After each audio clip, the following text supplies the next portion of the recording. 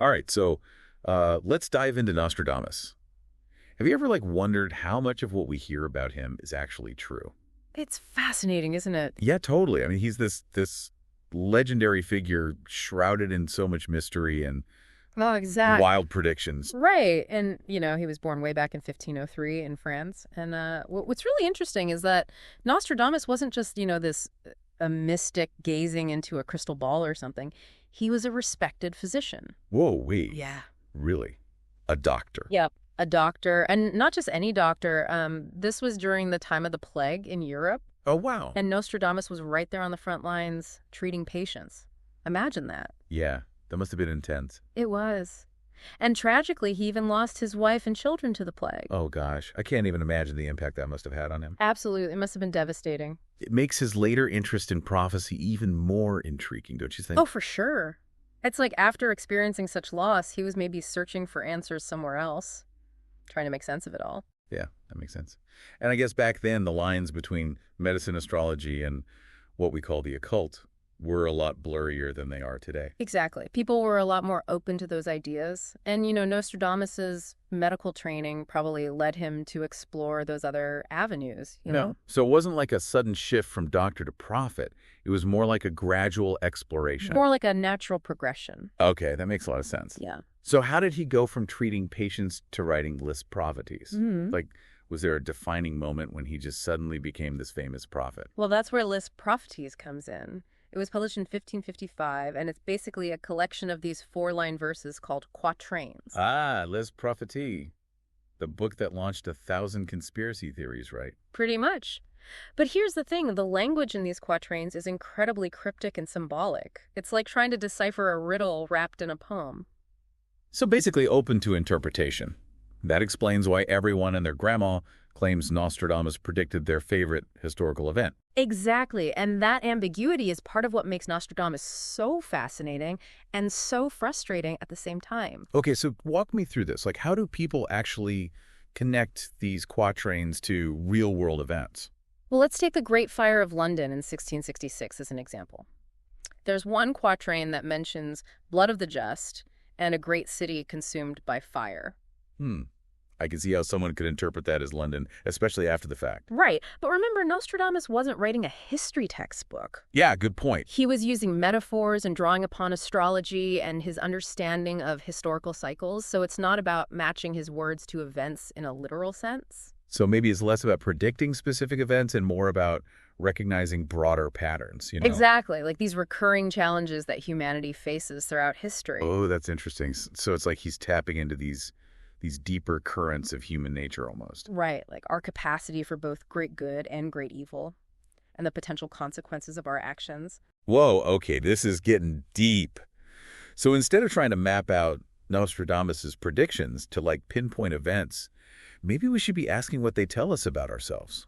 I think that's a really valuable perspective. Yeah, because at the end of the day, even if Nostradamus had this uncanny ability to see into the future, he wasn't writing a script right. Right. He was offering possibilities, warnings, maybe even a challenge to humanity to choose a better path. I like that. A challenge to choose a better path, because ultimately the future is not set in stone. This is blowing my mind. Okay, so how does this all relate to those prophecies for 2025 that are floating around online? You know, the ones that always seem to pop up on social media? Ah, yes. Those are interesting because they often reflect our current anxieties and aspirations. It's almost like a Nostradamus-inspired version of future forecasting, So less about what Nostradamus actually wrote and more about how we're interpreting the world around us. Exactly. It's like we're taking his name and his mystique and projecting our own hopes and fears onto his words. That's so fascinating. So these 2025 prophecies might not be directly from Nostradamus. Yeah. But they can still tell us a lot about what's on our minds today. Absolutely. What are we worried about? What are we hoping for? Exactly. So are we going to see AI become sentient? Is the climate crisis going to reach some kind of tipping point? Well, maybe not flying cars, but you're on the right track. Okay, no flying cars, darn. But seriously, these prophecies often reflect our anxieties about technology, climate change, political upheaval. It's like a mirror to our collective subconscious. That's kind of freaky, but also really cool.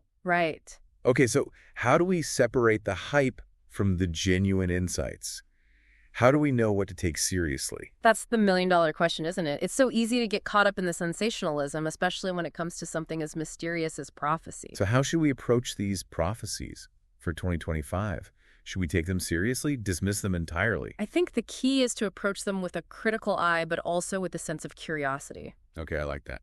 Don't just accept everything you read at face value, but also don't be afraid to ask questions and consider different interpretations. That's good advice for life in general, actually. Yeah. But speaking of Nostradamus, are there any of his predictions that you find particularly compelling or thought-provoking? That's a tough one.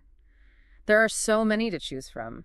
But there's one that stands out to me, and it's not because it's particularly dramatic or specific, but because it speaks to a theme that runs through much of his work, the idea of human resilience in the face of adversity. Oh, I like that.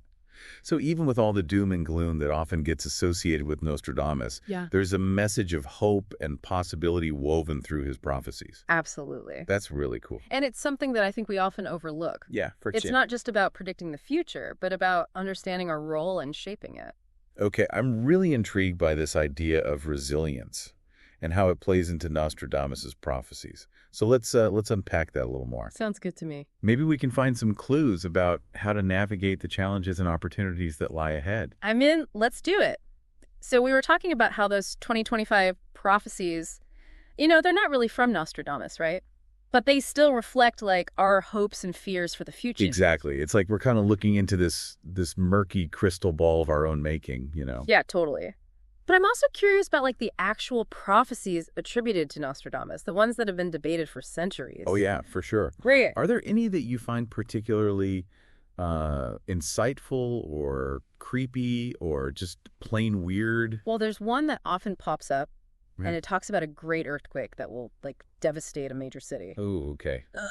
I'm already getting nervous. Yeah, it's a bit unsettling, right? Totally. Yeah. But knowing Nostradamus, he probably didn't specify which city or when this earthquake is supposed to happen. Nope.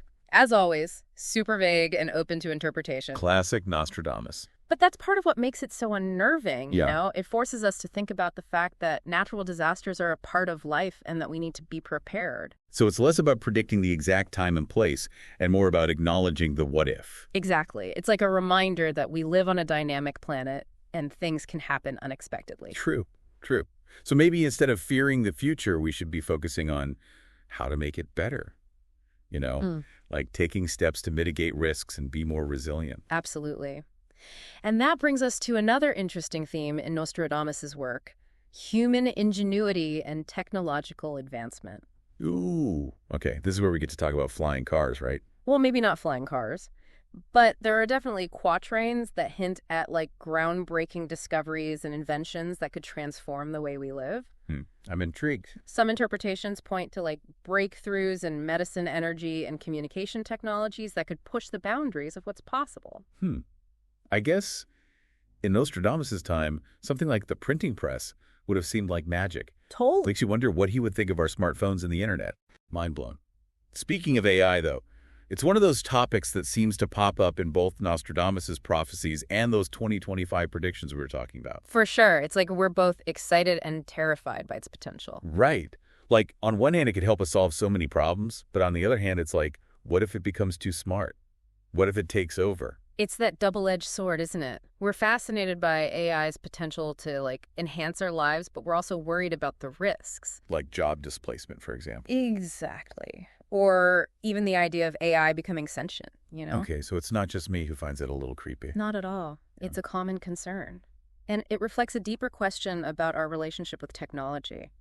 Are we in control, or is it starting to control us? Whoa, that's a heavy one. It is. And it's a question that's relevant whether you believe in Nostradamus' prophecies or not. For sure. Technology is already shaping our world in such profound ways. And it's up to us to decide how we want to use it. Absolutely. So maybe instead of warning about AI taking over the world, we should be focusing on how we can harness its power for good. Exactly. Like finding solutions to climate change or developing new medical treatments or even just connecting people in more meaningful ways. I love that. Now you're talking. Okay, enough of the serious stuff for a minute. Let's get back to Nostradamus and those mysterious predictions. Is there one that you find particularly baffling or intriguing? Well, there's one that mentions a king of terror who will come from the sky. and it's often interpreted as a prediction of 9/11. Ooh, okay, I've heard about that one. Yeah, it's definitely one of those prophecies that sends chills down your spine. Totally. But as with all of Nostradamus' predictions, it's super vague, right? Like no mention of airplanes or New York City or even the 21st century. Right, exactly. So is it possible that he was tapping into some kind of like universal fear? You know, like the fear of a devastating attack regardless of the time or place? Definitely a possibility. Remember, Nostradamus was writing centuries before 9/11. The world was a completely different place back then. But the fear of invasion war and violence was certainly present. Makes you think, right? Are we just projecting our own fears and anxieties onto his words? It's a good question, because the human mind is incredibly good at finding patterns, even when they don't exist. Yeah, I guess it's comforting to think that someone somewhere might have seen it all coming. Right, like it gives us a sense of order in a chaotic world. But maybe the real comfort comes from understanding that even in the face of the unknown, we have the power to choose how we respond. Beautifully said. And that brings us back to the core of Nostradamus' legacy. It's not about predicting the future with absolute certainty. It's about prompting us to think critically, question assumptions, consider different perspectives, and ultimately take responsibility for shaping the future we want to see. Wow, okay. That's a lot to unpack. I'm feeling inspired, but also a little overwhelmed. Yeah, it's a lot to process. Maybe we need a moment to gather our thoughts before diving into any more predictions. Agreed. Let's take a quick breather and then come back refreshed and ready to explore the final chapter of our Nostradamus deep dive. So that King of Terror prophecy has definitely got me thinking. Yeah, it's a powerful one for sure. It's amazing how Nostradamus' words can still evoke such strong emotions, Yeah. you know, even after all these centuries. It is remarkable how those cryptic verses can tap into our deepest fears and anxieties. Right, even when we know they can be interpreted in so many different ways. Exactly. But you mentioned earlier that there's also this theme of resilience woven through his prophecies. Can you talk a bit more about that? Yeah, that's what I was thinking about during the break. Well, amid all the doom and gloom that often surrounds Nostradamus, there's also this underlying sense that humanity has the power to overcome challenges, I like that. to adapt and innovate, and ultimately to triumph over adversity. That's definitely a more hopeful perspective. Yeah. So is there a specific prophecy that comes to mind when you think about this idea of resilience? There's one that speaks of a great renewal, a time when humanity will experience a kind of spiritual and cultural rebirth. A great renewal. That sounds pretty optimistic. It is. It's often interpreted as a prediction of a new era of peace and enlightenment, where we'll finally learn from the mistakes of the past and build a better future. Okay, I'm liking this. But how does this great renewal fit in with all the other prophecies we've been talking about? You know, the ones about earthquakes and tyrants and technological advancements? That's a great question. I think it suggests that even in the face of great challenges and potential setbacks, there's always hope for positive change. So it's like, even with all the bad stuff that might happen, there's still a chance for things to get better. Exactly. It's almost as if Nostradamus is saying that the path to a better future is paved with both trials and triumphs. And it's up to us to navigate those twists and turns. Precisely. And that's where human ingenuity and innovation come into play. Remember those prophecies about technological advancements? Perhaps they're not just about predicting specific inventions, but about highlighting humanity's ability to solve problems, to adapt to changing circumstances, and to create new possibilities. So maybe the message isn't be afraid of the future, but rather be prepared for it, embrace the challenges, and use your creativity to make the world a better place. Exactly. It's about recognizing that the future isn't predetermined. It's a tapestry woven from countless threads of choice and chance. And while we can't control every outcome, we can influence the direction we're heading. Right. And that's a powerful thought. This whole deep dive has been amazing. It's really made me think about Nostradamus in a whole new light. Me too. It's been a fascinating journey exploring his life and work and unpacking the deeper meaning behind his prophecies. Yeah, we've talked about history, human nature, and the enduring power of the unknown. And while we may never know for sure what Nostradamus truly intended with his cryptic verses, I think the real value lies in the questions they provoke, The conversations they spark. and the inspiration they offer to create a future worthy of our highest aspirations. Well said. So as we wrap up our exploration of Nostradamus, I'm left with a sense of wonder and possibility. I feel that too. It's a reminder that the future isn't something to be feared, but rather an opportunity to embrace the unknown, to make choices that align with our values, and to strive for a world that's both just and sustainable. And maybe a little bit of stargazing and pondering the mysteries of the universe can help us along the way. I love that. So what do you think? Did Nostradamus truly see into the future? Are his prophecies accurate predictions or just reflections of our hopes and fears? We'd love to hear your thoughts. Join the conversation on social media and let us know what resonated with you from today's deep dive. Thanks for listening.